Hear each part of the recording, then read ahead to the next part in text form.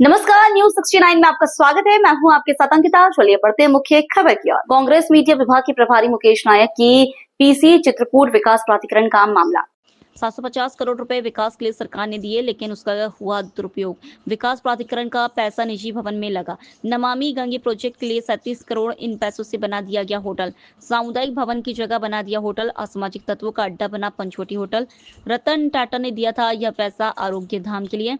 राम पथ गमन के लिए कमलनाथ सरकार ने दिया था पैसा। 2000 करोड़ का अब अता पता नहीं। स्वतंत्र इकाई से कराई जाए मामले की जांच। पत्रकार वार्ता राम के नाम पर राजनीति करने वाली और वोट लेने वाली भारतीय जनता पार्टी की सत्ता और शासन के दुरुपयोग की एक ऐसी कहानी है जिसमें बेईमानी, निर्लज्जता और जो तुलसीदास जी ने लिखा है, बेचहि वेद धर्म दोहले, जो ज्ञान को बेचेंगे लोग और धर्म को दोहलेंगे, ये उसकी कहानी और गाथा है। मैं बात कर रहा हूँ चित्रकूट विकास प्राधिकरण के विकास के लिए शासन ने जो विपुल धनराशि दी थी, लगभग 750 करोड़ रुपए चित्रकूट विकास प्राधिकरण को मध्य प्रदेश सरकार ने दिए।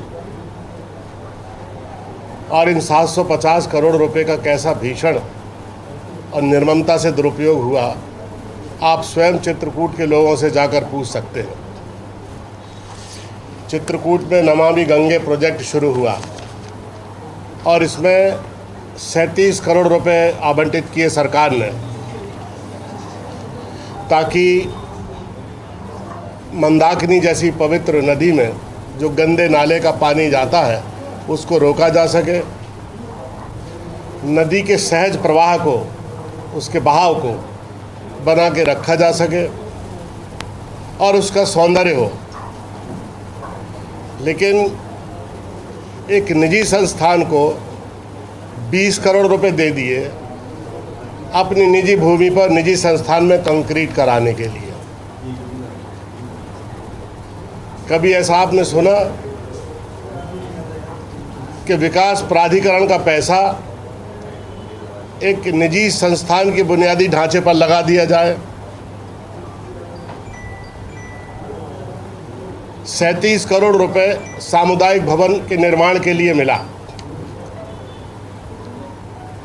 और उसका उद्देश्य था कि सामाजिक सांस्कृतिक गतिविधियों का, सामाजिक गतिविधियों का केंद्र बनाया जाए और चित्रकूट जैसे पवित्र धर्म स्थान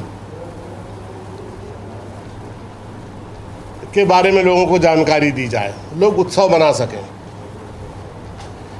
इस पूरे सरकारी पैसे को एक निजी संस्थान की ज़मीन पर दे दिया गया और उसमें सामुदायिक भवन के नाम पर पंचवटी होटल के नाम से एक होटल बना दिया। आपने कभी सुना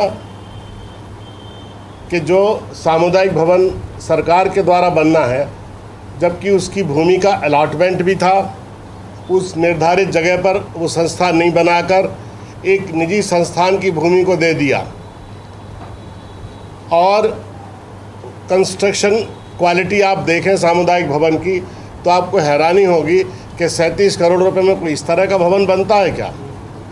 उसको होटल में तब्दील कर दिया और होटल एक संस्थान की भूमि पर इतनी दूरी पर होने के कारण ज़्यादा उसका उपयोग नहीं हो पाता, एकांत में बना है और वो स्थान नशेड़ियों का, गंजेड़ियों का, जुआ खेलने वालों का एक केंद्र बनकर रह गया, असामाजिक गतिविधियों का। ये हाल है वहाँ का।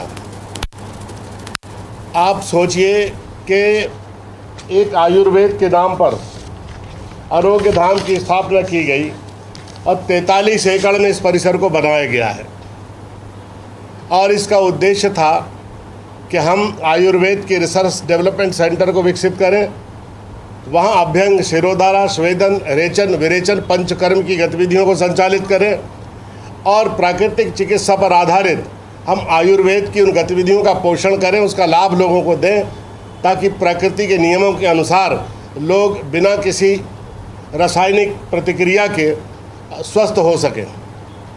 लेकिन उसको, आरोग्य धाम को एक पर्यटन स्थल में तब्दील कर दिया। एक जगह लिखा है दान पात्र गौशाला के लिए और गौशाला बंद है। दान पात्र लगा है, दान मिल रहा है। बड़ी बड़ी जो संस्थाएं हैं, औद्योगिक संगठन हैं, उनमें एक फंड निर्धारित होता, उसके लिए भी आयुर्वेद के लिए, आरोग्य धाम के लिए, गौशाला के लिए फंड मिल रहा है। मैं एक चित्र बताता हूं आपको, आप ये देखिए, ये आरोग्य धाम है। फिलहाल इस बुलेटिन में इतना ही। आप बने रहिए News 69 के साथ। नमस्कार।